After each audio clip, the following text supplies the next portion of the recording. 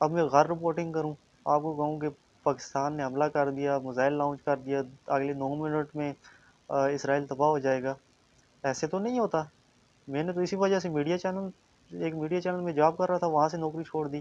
وہاں پہ صرف جھوٹ بلوایا جاتا ہے انسانوں سے، پارٹیوں کے مفادات کو دیکھا جاتا ہے، ہر نیوز چینل کا کسی نہ کسی سیاسی پارٹی کے ساتھ مفاد جڑا ہوتا ہے۔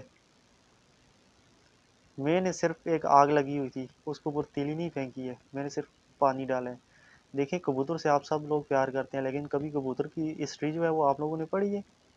حضرت ابراہیم علیہ السلام کو جب آگ میں ڈالا گیا تو کبوتر نے اپنے پنجوں کے ساتھ تھوڑا سا پانی لگایا اور لے جا کے اس کا آگ کے اوپر ڈال دیا۔ اسے پتا تھا کہ اس پانی سے آگ بجھنی نہیں ہے، لیکن اس نے اس میں حصہ ڈال دیا۔ مجھے بھی پتا ہے یہ آگ بجھے گی نہیں، لیکن میں نے بھی اپنا حصہ ڈال دیا ہے اس کے اوپر۔ ہم مسلمانوں کی غیرت نہیں جاگی ہے، اور نہ جاگے گی آنے والے چند سالوں میں۔ اگر جاگنی ہوتی، یہ جو سکرین کے اوپر آپ ایک بچی ہے 10-12 سال کی، اس کی روتی ہوئی کی تصویر جو مسلمانوں کی افواج کو پکار رہی ہے، وہ کہہ رہی ہے کہ مسلمان ہمارے بھائی کہاں ہیں، مسلمانوں کی افواج کہاں ہیں، وہ کب آئیں گے ہمیں بچانے کے لیے؟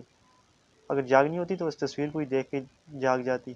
اس کی پوری ویڈیو میرے پاس موجود ہے، لیکن یوٹیوب کی جو پالیسیز ہیں وہ بہت اسٹرکٹ ہیں، کیونکہ پہلے ہی 30-40 چینل نے اس کو چلا دی ہے، اور اگر میں چلاؤں گا تو یہ میرے لیے نقصان دہ ثابت ہوگی، اور یہ میرے چینل کے لیے نقصان دہ ثابت ہوگی۔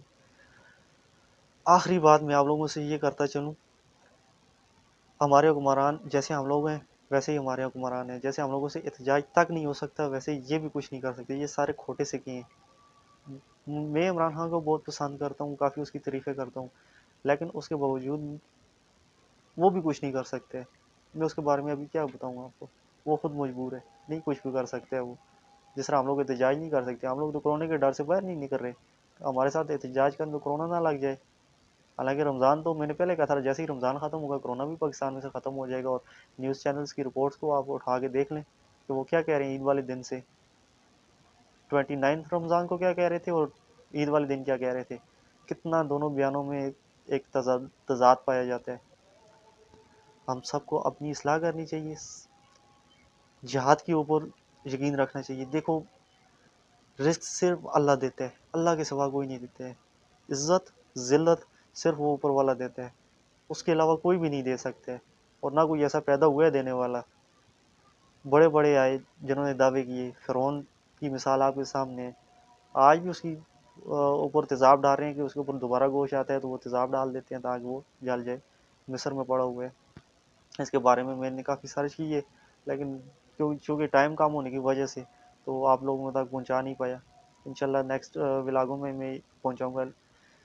ہم لوگوں کو اپنی اصلاح کرنی چاہیے، ان حکمرانوں کو گالیاں دینے سے یا جھوٹ بول کے ویڈیوز بنانے سے یا دیکھنے سے، ایسی چیزوں سے دور رہیں، تھوڑا سا ہمیں دور رہنا چاہیے، اور خود کو اس قابل کرنا چاہیے۔ ہم لوگ اس قابل تب ہوں گے جب ہم لوگ اپنے دین سے ٹچ ہوں گے۔ زندگی اور موت، رزق، جس عزت ذلت، ان چیزوں کے اوپر ہمارا ایمان ہوگا کہ اللہ تعالیٰ دینے والا ہے، اس کے علاوہ ہمیں کوئی نہیں دے سکتا، تو پھر ہم لوگ اپنے تھوڑا سا جو ہے وہ اس لیول کے اوپر جائیں گے کہ ہم لوگ کسی اپنے مسلمان بھائی کو کے لیے جہاد کر سکیں۔ دیکھیں، حجاج بن یوسف ایک اچھا انسان نہیں ہے مسلمانوں کی تاریخ میں، لیکن صرف ایک عورت خاطر اس نے بر صغیر کے اوپر حملہ کر دیا، اور یہاں پہ جتنے بھی مسلمان بیٹھے ہوئے ہیں، دیکھیں میں تو مغل ہوں، میں تو باہر سے آیا ہوں، لیکن یہاں پہ جو آبائی لوگ تھے جنہوں نے اسلام قبول کیا، وہ کس کی وجہ سے؟ وہ ایک ڈاکو تھا، اس نے ایک عورت کی پکار کے اوپر پوری فوج بنا کے بھجوا دی، چند لوگوں کا انہوں نے قافلہ لوٹا تھا، جیسا آج فلسطین میں ہو رہا ہے اس طرح کا تو نہیں ہو رہا تھا۔ تو اس نے یہاں پہ آ کے راستے میں 10 قسم کی ریاستوں کو اس نے شکست دے کے یہاں تک پہنچا اور لوگوں کو آزاد کروایا، اس کے بعد اس نے چین کا سانس لیا۔ حالانکہ وہ بے شمار گناہ تھے جو وہ کرتا تھا، لیکن اب میں چونکہ اس چیز میں نہیں بتانا چاہتا، ولاگ بھی بہت لمبا ہو جائے گا، اور نہ میں نے اتنی تیاری کی ہوئی ہے، کیونکہ میں نے آج کوئی تیاری نہیں کی، صرف صبح سے کمنٹس اور آپ لوگوں کی رائے جو آ رہی تھی وہ پڑھ رہا تھا، اس کے بعد اچانک ہی میں نے کیمرہ اٹھایا اور ریکارڈنگ کرنا شروع کی، تاکہ اپنے دل کی بات آپ لوگوں تک میں پہنچا سکوں۔ اب بھی وقت ہے ہم لوگوں کے پاس، تاکہ کل کو خدا کے سامنے جا کے کھڑے ہوں تو سر اٹھا کے کھڑے ہوں، سر جھکا کے کھڑے نہ ہوں۔ آپ کا کہ خیال ہے خدا ہم سے نہیں پوچھے گا؟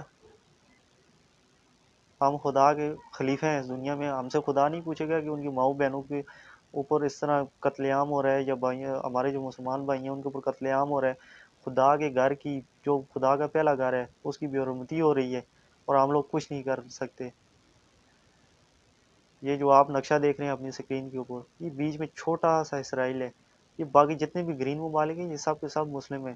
اگر یہ پاؤں زمین کے اوپر زور سے مارے نا تو اسرائیل کا نام و نشان اس دنیا سے ختم ہو جائے، لیکن اس نے ہم سب کو نک ڈال کے رکھی ہوئی ہے۔ صرف کس وجہ سے؟ ہم اپنے اسلام سے دور ہو گئے ہیں، ہمارا ایمان اللہ تعالیٰ سے ختم ہو گیا ہے۔ میرا ایمان صرف یوٹیوب تک ہو گیا کہ میں ویڈیو بناؤں گا، مجھے پیسے ملیں گے، میں نظام اپنا چلاؤں گا۔ آپ کا کسی کا ایمان مزدوری کے اوپر، کسی کا دکان کے اوپر، کسی کا تجارت کے اوپر، کسی کا نوکری کے اوپر الجھ گئے ہیں ہم لوگ۔ خدا کا واسطہ ہے آپ لوگوں سے کہ اس دلدل سے نکل جاؤ اور اپنی آخرت سنوارو، تاکہ خدا کے سامنے جب جا کے ہم لوگ کھڑے ہوں تو سر اٹھا نہ سکیں لیکن شرمندہ تو نہ ہو نا، کیونکہ ہم لوگ تو اس لیول کے اوپر نہیں جا سکتے جس میں سر اٹھا سکیں، لیکن کم سے کم آپ لوگ شرمندہ نہ ہو۔ معذرت چاہتا ہوں، دل کی باتیں تھی دو چار جو آپ سے کرنی تھی۔